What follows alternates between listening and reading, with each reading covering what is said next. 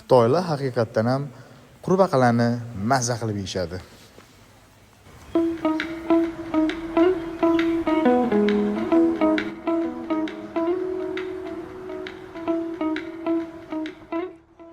Assalomu alaykum do'stlar. Qanaqasizlar? Sizmisizlar? Kanalga xush kelibsizlar. Bugun shanba, kechki 5:30 bo'ldi. Shunchaki uyga bozorlik qilish uchun hozir magazinga boryapman. Shu ko'rsatmoqchiman Xitoyda ba'zi narsalarning narxlarini. Shuncha qiziq bo'lishi mumkin. Yashab turgan joylardagi narsalar bilan solishtirib ko'rasizlar. Ketdik.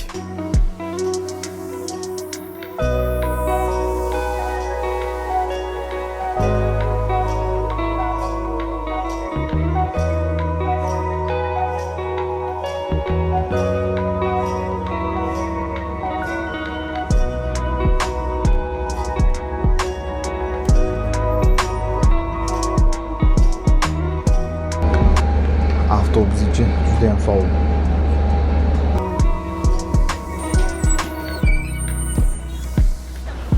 Odam ko'p kelyapti o'sha. Wow.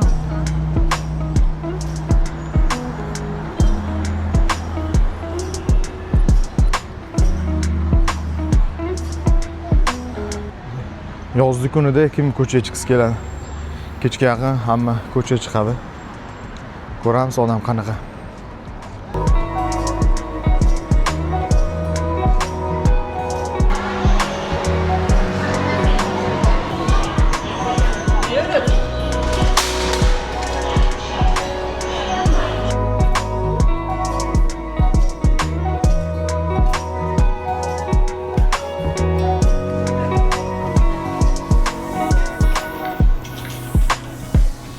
Xitoyda videoga olish juda ham g'alati, shuning uchun hamma kelib tomosha qiladi sizni.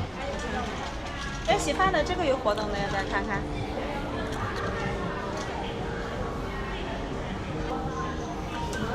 Bu bilmayman, Head and Shoulders shampunmi yoki balzammi. Lekin mana shu 430 grammligi 44-45 yuan. Buni men so'mga dollarga ko'rsatib qo'yaman. Bunaqa ikkitaligi bor ekan. Bu esa 90 yuan ekan. Bir xil.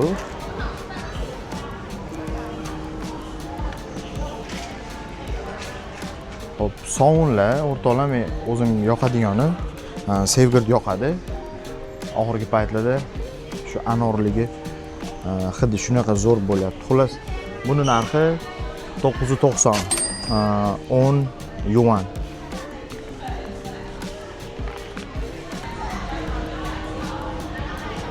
Colgate mana shu 360 ligi menimcha hamma joyda bo'lsa kerak. Bu katta grammi 180 grammlik. Narxi 1690, 17 yuan.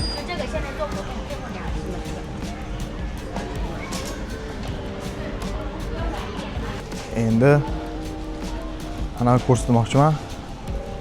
Idishlarni yuvish uchun. Qayerda edi? Mana. Men juda yomon emas, lekin juda qimmat ham emas, o'rtachasi. 500 ligi 690 RMB ekan. 690 yuan. Kattarog'i bo'lsa 1 litrli bo'lsa kerak bu. 1 litrligi 10 yuan ekan. 990. Eng arzoni 5 yuan. Yarim litr. Yana nimani ko'rsa bo'ladi? Suvlarni ko'raylik. Bu yer alkogol. Shu yerda ko'ramiz.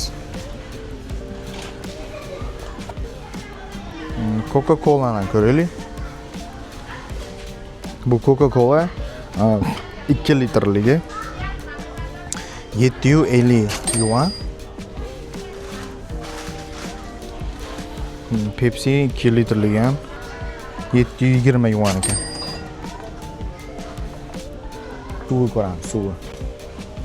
Men o'zim davom ichadigan suv mana shu hisoblanadi. Bu 150 qilib qo'yibdi, bilmadim, ozgina arzon qilib qo'yibdi, skidka shekilli. Bu 550 lik. Xuddi shuni 6 litrligi esa 790 ekan. Bu yerda Snickers bor ekan. Bu Snickers 490 RMB ekan, 490. Bu yerda Kinder bor ekan. Kinder Joy. Bu esa 690, 7 yuan ekan. Ketdi, endi oziq-ovqatga o'tamiz.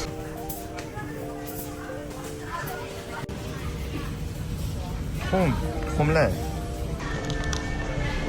30 ta. Taxminan 1 kiloga 800. 1 kiloga 800 ekan, plus minus.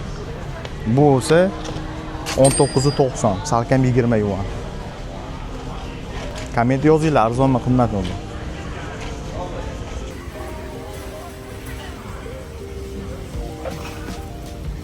Guruchlar endi har xil bilmayman. Eng arzoni 209, 209 ekan, 2 yuan. Bu yerda kilo emas, 500 grammdan hisoblaydi. Eng arzoni 209 bo'lsa, eng qimmati salkam 5 yuan ekan. Yo'q, bu guruch emas. Eng qimmati 360. Menga bu non kerak. Bittasi 820. Bu qimmatlab qoldi. Oldin 7 yuan bo'lardi.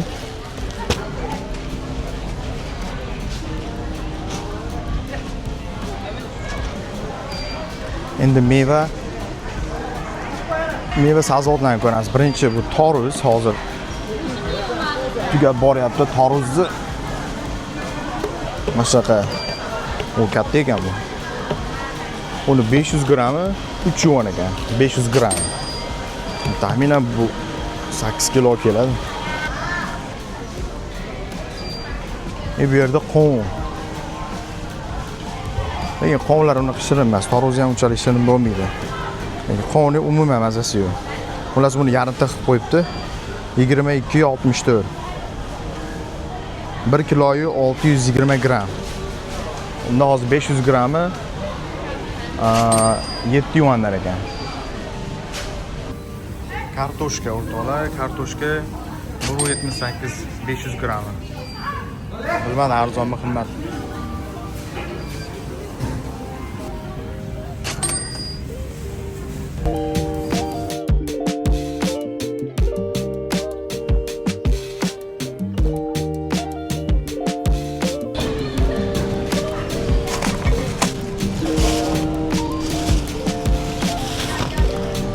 Pomidori, buni 500 grammi 4 yuandan ekan. Yana nimani bilish kerak? Bu yerda manaqa garskilar qimmatroq. Ko'ka arzon yuradi. Ko'ka 400 grammi 690 shekilli. Qizili 400 grammi, qizil bilan sariq aralash 13.90. Qizil doim qimmat yuradi. Bodringni ko'raylik. Xitoylarda mana bunaqa uzun bodringlar bor. Ko'proq shuni yeb turamiz biz. Xo'p. O'zimizda bodringlarga o'xshagan kichkinasi 598 yuan ekan. 500 grammi. Esingizda bo'lsin. Mana bu uzuni 358, 500 gram. Endi mevalarni ko'raylik. Odam juda ham ko'p bo'lib ketdi, noqulay bo'lyapti, chunki hammasi sizga qaraydi. Kivi, anorlar, mevada odam ko'p ekanda. Bularni deylar, Xitoyda mana bunaqa juda ham katta uzum bo'ladi. Xullas bu uzum 500 grammi 7 yuan ekan. Kichikroq bor ekan. Qizil uzum kichikroq. 990. Xitoyliklar shu dunyodagi eng sassiq mevani juda ham yaxshi ko'rishadi. Tanlashib yeyishadi. Xullas buni bilmayman qanaqa hisoblashadi. Buni narxi 23.80. Dragon fruitni eshitgansizlar. Bu qizili oqi bo'ladi, bu bilmayman qaysi biri. Uni kesganda bo'ladi. Buni narxi 459 yuan ekan 500 grammiga. Bu yerda olma. Bu olmani 500 grammi 890 yuan ekan. Mango 500 grammi 890. Bu yerda nok. Ba'zida bilmayman tanlashni nok, ba'zida shunaqa suvli zo'r chiqadi. Hop, bu 500 grammi 390 RMB. Alright.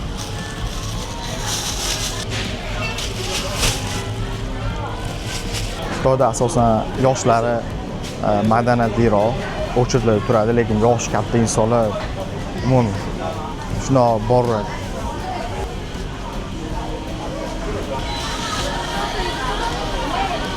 Ana, o'chirib turmasa shundoq kelib oldirib ketgan. Siz.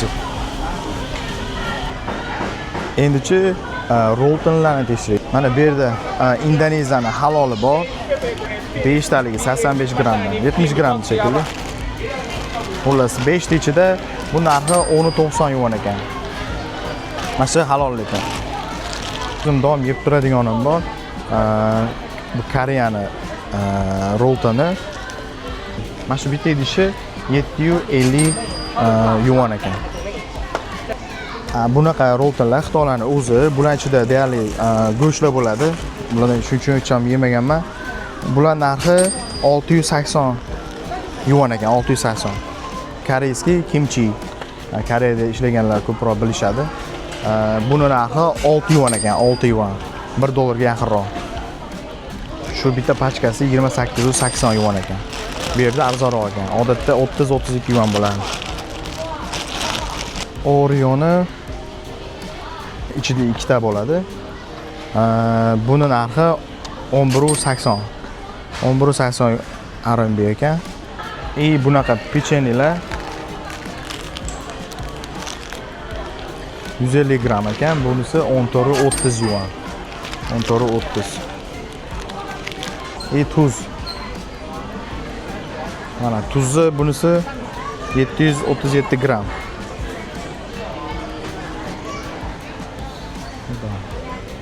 Bunisi 19.90 yuan ekan.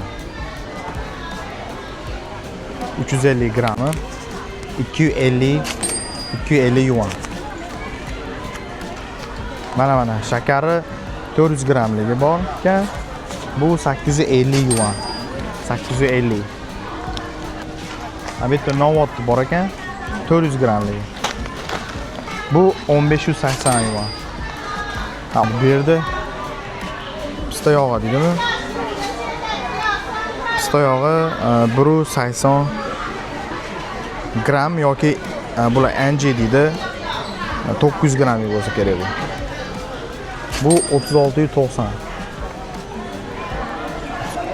Bu yerda makka yog'i deydimi? Makka yog'i ham shunaqa narx. Bir xil ekan, lekin bu kichik 1.6 litrli ekan bu. Ozroq ekan, lekin narxi makka pista yog'i bilan bir xil ekan. Kofelarni ko'raylik, kofelarni. Mana bu yerda Nescafe +2, 1+2. Bularda shakar bo'lmaydi.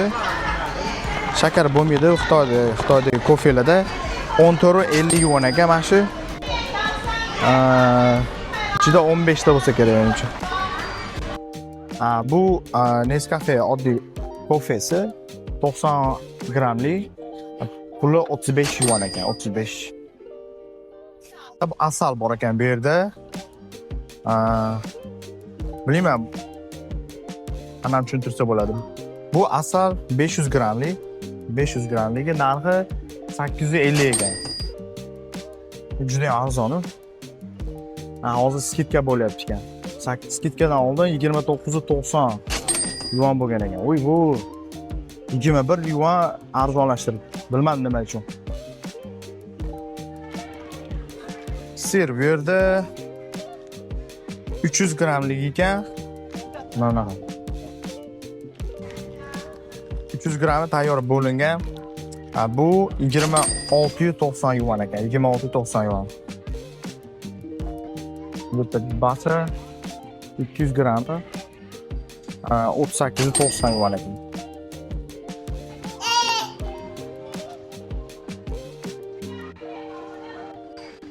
Ularga deyarli doim skidka qilib qo'yishadi. 可以尝一下。 Okay. 950 millilitr.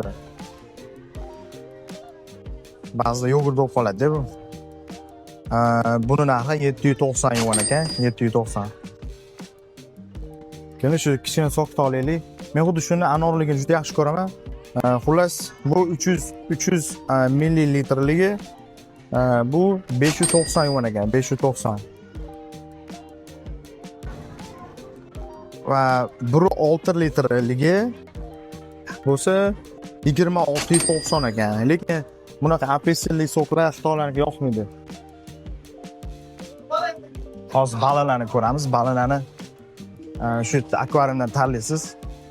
Olib shu yerda o'zida shilib tayyorlab beradi. Albatta, xili ko'p ekan, har bittasi narxini ko'rib chiqsam, vaqt ko'p ketadi. Albatta, bu yerda turli xil dengiz mahsulotlari bor. Baliqlarni har xil turdagisi xohlaganingizni tanlaysiz va bu yerdagi ishchilar siz uchun shilib tayyor qilib berishadi. Go'sht mahsulotlarini esa biz magazinda sotib olmaymiz, chunki halol emas. Shuning uchun onlaynda halol magazinlardan sotib olamiz va asosan tog' go'shti breast 2 kilogrammini 81 yuandan sotib olaman. Mol go'shtini esa 1,5 kilogrammini 167 yuandan sotib olamiz. Xullas, Xitoyda iloji boricha ko'p narsalar narxini ko'rsatishga harakat qildim. Nima deb o'ylaysizlar? Xitoyda narxlar arzonmi yoki qimmat? O'z fikringizni albatta kommentda bildiringlar. Bu videoning ikkinchi qismida esa yana ham ko'proq narsalar narxlarini ko'rsatishga harakat qilaman. Obuna bo'lmagan bo'lsanglar, obuna bo'linglar. Video yoqqan bo'lsa like bosishni unutmanglar. Keyingi videolarda ko'rishguncha sog' bo'linglar.